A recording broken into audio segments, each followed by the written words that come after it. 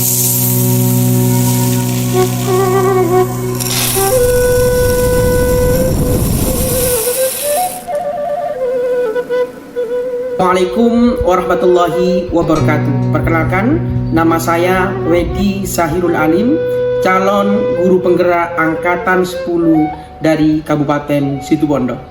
Kali ini saya akan melakukan dan mempraktekkan rangkaian supervisi akademik dalam pembelajaran dan melakukan refleksi terhadap praktek supervisi akademik tersebut. Kali ini saya tidak sendiri. Saya ditemani rekan saya bernama Bapak Yudianto Alif Riswanda, Sarjana Pendidikan. Beliau adalah guru mata pelajaran Bahasa Indonesia. Baik, Pak Yuda, bagaimana kabarnya Pak Yuda hari ini? Alhamdulillah baik Pak Wedi. Pak Wedi sendiri gimana? Alhamdulillah Pak, baik juga seperti yang Pak Yuda lihat ya. Saya akan mengamati bagaimana jalannya proses pembelajaran yang Bapak lakukan di kelas. Saya akan menjelaskan terlebih dahulu tujuan dilakukannya supervisi ini. Tujuan dilakukan supervisi ini adalah untuk meningkatkan kualitas proses pembelajaran, Pak. Kemudian antara lain dengan memberikan masukan, kemudian bimbingan, dan mengembangkan kemampuan Bapak Yuda sehingga kompetensi Bapak semakin meningkat lagi dan dapat memberikan pembelajaran yang lebih baik, bermanfaat untuk murid-murid kita. Namun pertama-tama kita akan melakukan percakapan praobservasi, Pak ya. Percakapan praobservasi terlebih dahulu sebagai bentuk persiapan agar Pak Yuda lebih siap dan lebih percaya diri tentunya dalam melakukan kegiatan belajar mengajar di kelas. Saya ingin menanyakan beberapa hal terkait kegiatan supervisi kita hari ini. Yang pertama, Pak Yuda, materi apa yang akan Pak Yuda ajarkan? Untuk materi yang akan saya ajarkan di kelas 12 terutama adalah tentang teks editorial. Jadi materinya itu sudah masuk pada teks editorial ya Pak ya? Ya. Bagaimana dengan tujuan pembelajaran yang ingin Pak Yuda capai? Baik Pak, jadi tujuan pembelajaran dalam materi teks editorial ini tentang atau tujuan yang siswa dapatkan nanti yaitu tentang mengidentifikasi struktur dan kaidah kebahasaan teks editorial. Jadi tujuan pembelajarannya Pak Yuda mengidentifikasi ya Pak ya, Ya. struktur dan kaidah kebahasaan dari teks editorial. Nah selanjutnya Pak Yuda, apa area pengembangan yang hendak Pak Yuda capai? Area pengembangan yang akan saya capai di sini ada 3 poin, yaitu tentang sikap, pengetahuan, kemudian keterampilan. Dengan 3 poin ini, yang pertama sikap, yaitu saya nilai selama proses pembelajaran. Kemudian untuk pengetahuan itu sendiri, peserta didik diharapkan dapat menguasai materinya. Kemudian keterampilan, peserta didik mempresentasikan hasil LKPD yang sudah dibagikan dan sudah dikerjakan. Kemudian dalam pembelajaran ini juga siswa diharapkan terampil dalam penggunaan dan pemanfaatan media belajar, terutama Canva yang digunakan. Baik Pak, area pengembangan yang akan Pak Yuda capai nantinya adalah sikap ya Pak ya, kemudian pengetahuan dan keterampilan. Kira-kira dari kedua atau ketiga area pengembangan yang Bapak ungkapkan tadi, adakah yang secara spesifik ya ingin dikembangkan atau Bapak inginkan untuk saya amati? Sepertinya saya lebih ingin mengembangkan di poin ketiga, yaitu keterampilan. Oke, yang spesifiknya adalah keterampilan ya Pak ya. Nah, bagaimana dengan strategi yang dipersiapkan dalam mencapai tujuan pembelajaran Pak? Baik itu metode, kemudian model pembelajaran yang akan Bapak gunakan. Di sini saya akan menggunakan strategi pembelajaran berbasis proyek. Kemudian, jadi saya akan menggunakan strategi pembelajaran berbasis proyek. Kemudian dengan menggunakan metode pembelajaran kolaboratif, dan model pembelajaran yang akan saya gunakan yaitu PJBL, Project Based Learning. Seperti itu, Pak. Oke ya, Pak Yuda ya. Jadi strategi pembelajarannya adalah berbasis proyek ya Pak ya, dengan menggunakan metode pembelajaran kolaboratif. Modelnya PJBL ya Pak ya. Project Based Learning. Oh iya Pak, jamnya Pak Yuda setelah jam istirahat ya Pak? Iya betul. Dan yang terakhir Pak, apa harapan? Harapan dari observasi yang akan kita lakukan bersama nanti. Harapan saya dalam pembelajaran di kelas ini nantinya bisa berjalan dengan sesuai apa yang diharapkan. Kemudian murid-murid juga bisa terlibat aktif dan memahami dan juga menguasai materi yang dipelajari. Iya Pak, saya pun berharap demikian. Seperti yang Pak Yuda sampaikan, pembelajaran Bapak bisa berjalan dengan baik. Jam pelajaran Pak Yuda setelah jam istirahat ya Pak ya? Iya betul. Sekitar jam 9.50 itu setelah istirahat jam 9 ya Pak, karena masih ada beberapa menit lagi jam istirahat. Siapa tahu Pak Yuda ingin bersiap-siap terlebih dahulu. Nanti setelah jam istirahat saya masuk di kelasnya Pak Yuda untuk melihat dan mencatat hal-hal apa saja yang terjadi di dalam kelas ya Pak ya. Setelah melakukan observasi di dalam kelas nanti, kita akan melakukan kembali percakapan pasca observasi yang nanti akan didampingi oleh pengajar praktek saya, yaitu Bapak Fauzi. Terima kasih ya Pak ya. Semoga kegiatan pra observasi hari ini bisa menjadi manfaat di dalam kegiatan rangkaian observasi yang akan Pak Yuda laksanakan ya Pak ya.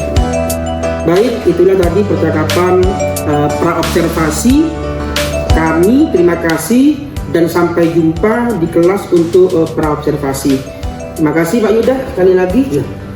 Assalamualaikum ya Pak Yuda ya. Assalamualaikum warahmatullahi wabarakatuh.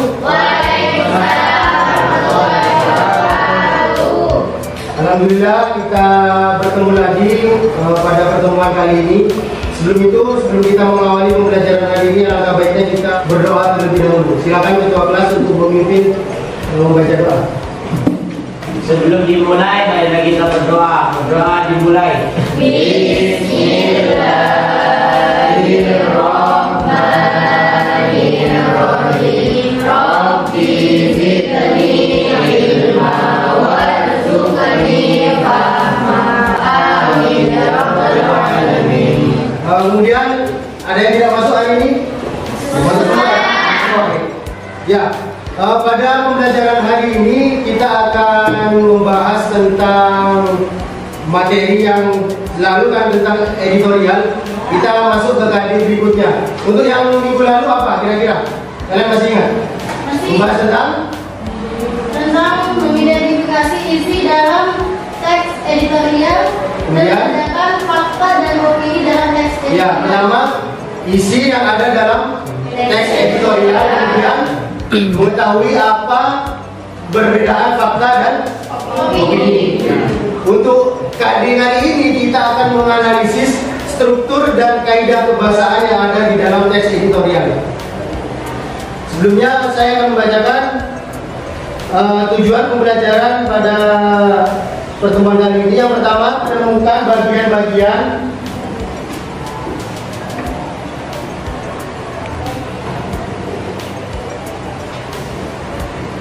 bagian-bagian struktur teks editorial.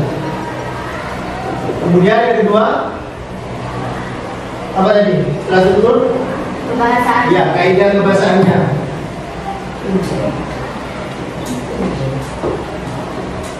Ya, sebelum kita masuk ke materi yang akan kita bahas, saya akan menayangkan sebuah video tentang teks editorial sebuah berita ya.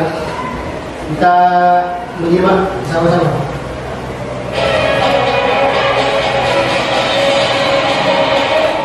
Terima kasih Anda kembali di Metropolitan Times.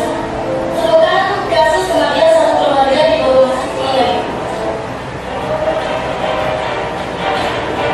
Penyelidikan terus dilakukan untuk mengetahui penyebab kematian korban. Polda Metro Jaya telah memeriksa 2 anak perempuan dari pasangan Rudianto Gunawan dan Margaret yang tinggal di Bekasi, Jawa Barat. Semua ini sifatnya saling melengkapi, ya. Sebagai contoh, ya. Dalam TKP sore hari ini kita temukan gunungan sampah yang ada di dalam. Jadi sekarang kita asumsikan sementara ya. Ya, teks editorial adalah ya, coba. Editorial atau tajuk rencana adalah opini yang berisi pendapat dan sikap resmi suatu media sebagai institusi penerbitan terhadap persoalan aktual, fenomenal atau kontroversial yang berkembang dalam masyarakat. Ya, begitu ya. Jadi pendapat atau opini tentang suatu permasalahan. Ya. Biar pas dulu untuk Desta.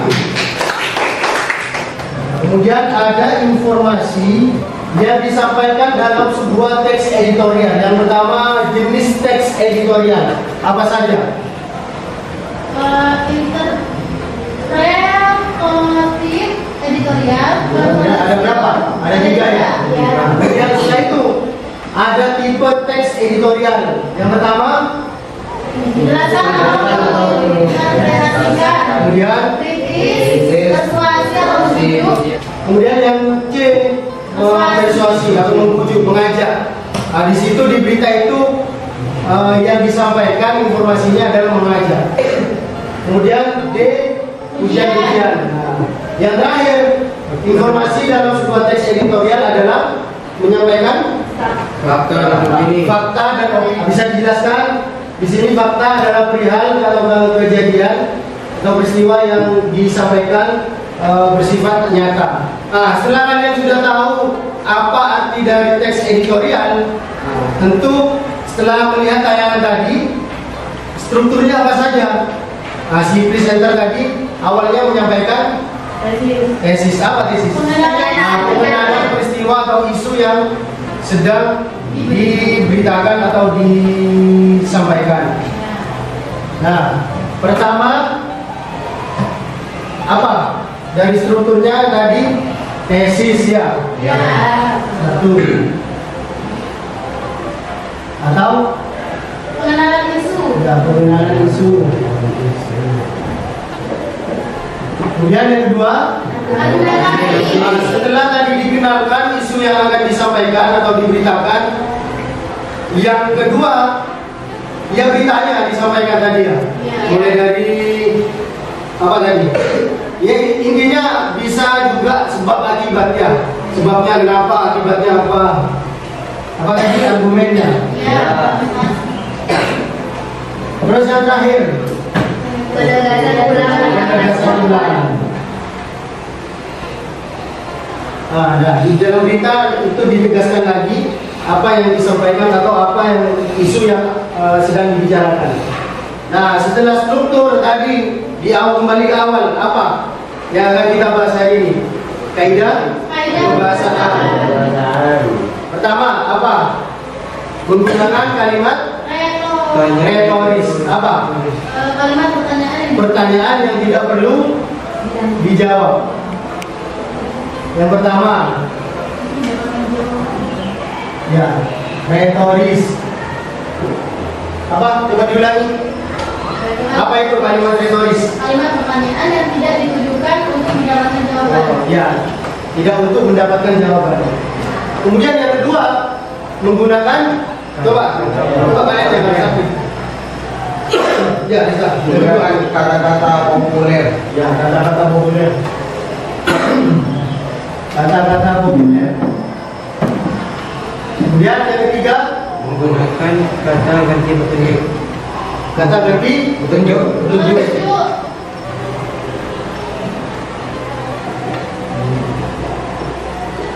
Terus ada lagi yang keempat, Menggunakan konjungsi kausalitas. Ya, konjungsi apa itu? Coba dijelaskan. Konjungsi kausalitas itu diantaranya seperti sebab, karena, sehingga, dan oleh sebab itu. Bisa juga konjungsi itu apa? Kata penghubung. Ya, konjungsi kata penghubung. Akan membagikan LKPD. Nah, sebelum itu silakan membentuk kelompok. Nah, kelompok yang tetap kembali ya, yang sudah saya bentuk ya. Silakan.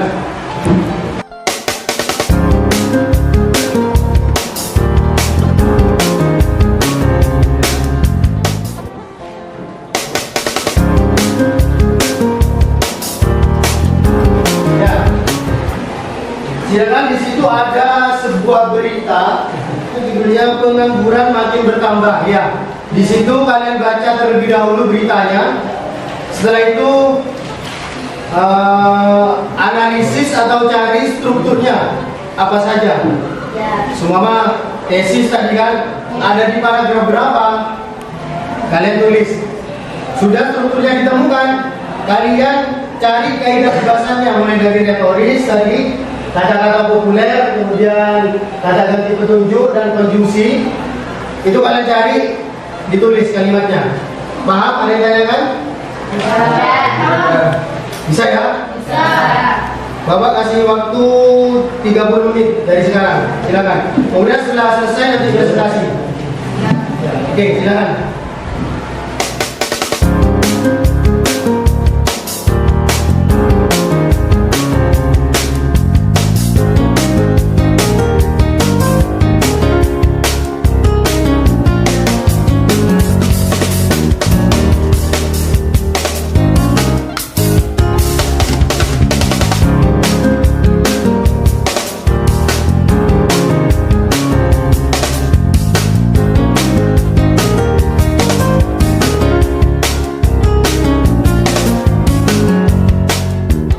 Di sini kami akan menjelaskan hasil analisis struktur dan kaidah kebahasaan dari berita yang berjudul Pengangguran Makin Bertambah. Perlambatan pertumbuhan ekonomi nasional mulai membawa dampak serius bagi kehidupan masyarakat. Bahwa penugasan ulang pendapat yang ada di struktur itu adalah kesimpulan dari isu atau permasalahan yang dibahas. Bahwa penegasan ulang sebuah pendapat itu bisa dikatakan atau sama halnya dengan sebuah kesimpulan dari isu atau permasalahan yang sedang dibahas. Ya, begitu ya Sedia.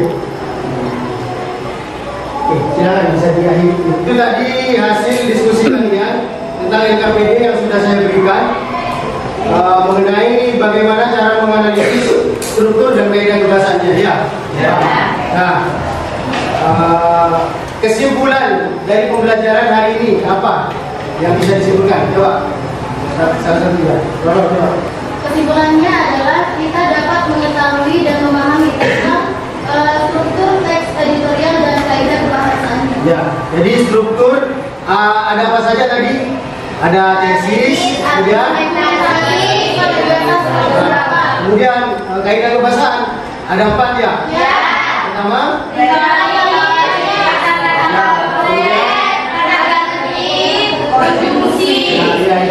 4 ya.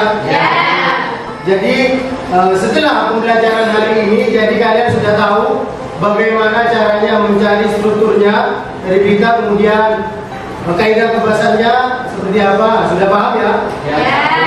Nah, untuk pembelajaran minggu atau pertemuan berikutnya adalah tentang bagaimana kita merancang sebuah teks editorial dan menyusun dari argumen atau pendapat terhadap isu aktual. Jadi kalian membuat sebuah video atau proyek seperti contoh tadi ya, video yang ditayangkan. Kita akhiri pertemuan hari ini karena waktunya sudah berakhir. Kita akhiri dengan pembacaan doa bersama-sama. Silakan. Sebelum berakhir, marilah kita membaca doa. Berdoa dimulai. Baik, saya sampaikan terima kasih atas pembelajaran hari ini. Kita jumpa lagi pertemuan minggu depan ya.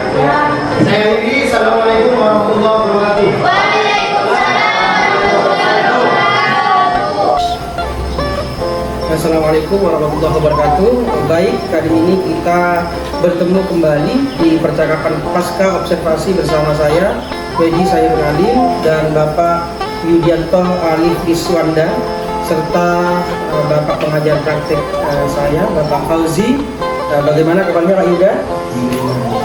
Pak Fauzi gimana kabarnya? Alhamdulillah sehat semua ya.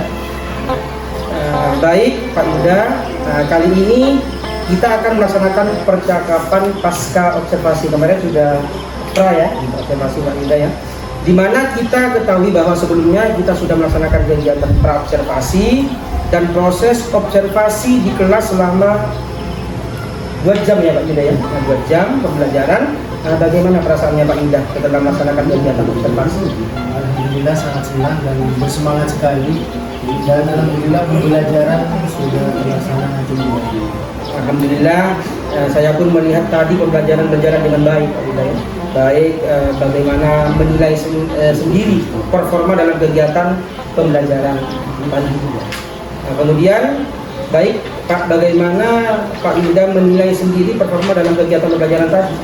Saya rasa masih kurang terutama memberi motivasi kepada siswa, karena ada beberapa anak yang kurang terlihat aktif saat belajar.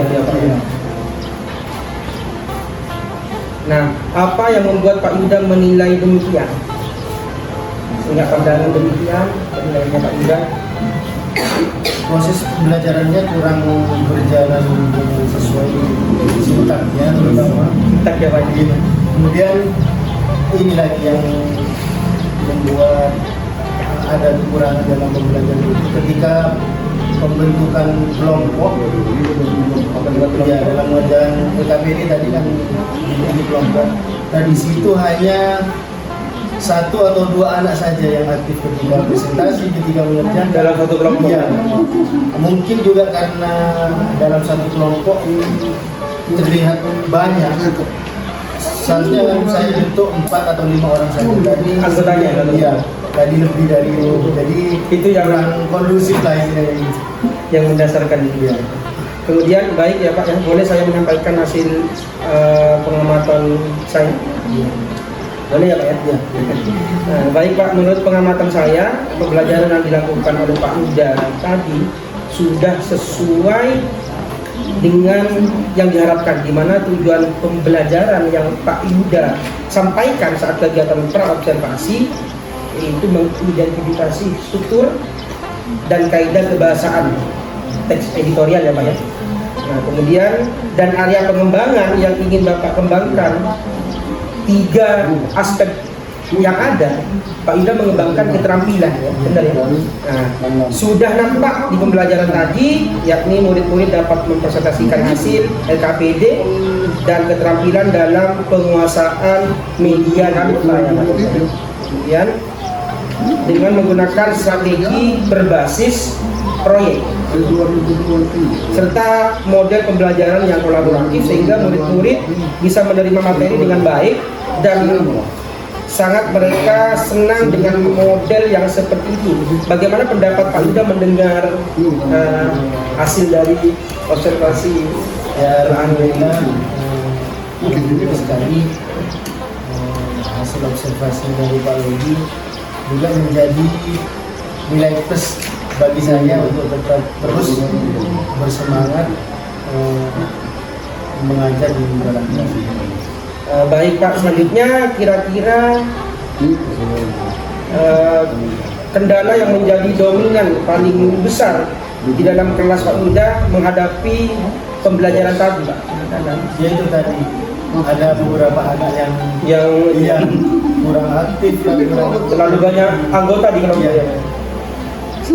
Jadi kendala yang Pak Yuda hadapi adalah beberapa siswa kurang terlibat aktif ya Bu. Nah, dari kendala yang Bapak sampaikan tadi, kira-kira rencana tindak lanjutnya seperti apa? Rencana kedepannya mungkin saya akan menyesuaikan dalam pembagian kelompok itu, bisa dilihat dari gaya belajarnya. Dan gaya belajar ini ada 3 biasanya yang begini. Ada belajar secara visual, auditori, kemudian kinestetik. mungkin saya ke depannya bisa dari masing-masing anak dari gaya belajar ya Pak. Baik sekali Pak, rencana yang Bapak sampaikan barusan lantas. Siapa kira-kira yang Pak Yuda bisa membantu dan kapan bisa dilaksanakan rencana tersebut? Tadi ada dosen, untuk rencananya kapan pelaksananya saya akan laksanakan segera secepatnya ya, secepatnya ditunda ya. Iya. Dan tidak lupa ya. Iya. Kemudian saya akan meminta bantuan ya teman sejawat atau guru senior ke Iya. Nah, luar biasa sekali ya Pak. Rencana semoga bisa terlaksana dengan segera dan bisa berjalan dengan baik. Saya menunggu kabar Pak Yuda. Nah, selanjutnya dari Pak Yuda, hasil observasi kita ini akan saya catat dalam form supervisi akademik ya Pak ya. Nanti bisa menjadi bahan pembelajaran ke depan bagi saya pribadi, kemudian bagi Bapak sendiri. Baik ya Pak ya? Nah, ya terima kasih Pak Yuda. Selanjutnya saya persilahkan kepada Bapak Fauzi untuk menyampaikan umpan balik atau tanggapan dari jalannya proses kegiatan pasca observasi yang dilakukan teman sejawat saya. Baik, terima kasih Pak Wendy. Dari percakapan yang mungkin saya simak tadi, Bapak Wendy dan Pak Yuda sudah melaksanakan observasi dan yang hari ini adalah pasca observasi yang merupakan satu kesatuan daripada pelaksanaan observasi yang berbasis dengan adanya kolaborasi antara observer dan supervisor ini akan membuat atau menjadikan pembelajaran lebih bermakna sehingga apa yang menjadi kebutuhan siswa di dalam kelas itu bisa terpenuhi dengan adanya observasi yang dilakukan dengan betul-betul direncanakan. Baik, akhirnya rangkaian kegiatan supervisi akademik sudah selesai, dimulai dari kegiatan percakapan pra observasi, kemudian observasi pembelajaran di kelas, dan yang terakhir adalah percakapan pasca hari ini. Ya, saya ucapkan terima kasih kepada Pak Yuda, kemudian Pak Fauzi. Saya akhiri, semoga kegiatan hari ini bisa membawa berkah dan manfaat untuk saya pribadi dan juga Bapak dengan kedua, dan bisa menjadi bahan pelajaran ke depan lebih baik lagi. Terima kasih banyak Pak Fauzi selaku PP, kemudian Pak Yuda selaku teman sejawat yang sudah melaksanakan kegiatan observasi. Terima kasih. Assalamualaikum warahmatullahi wabarakatuh.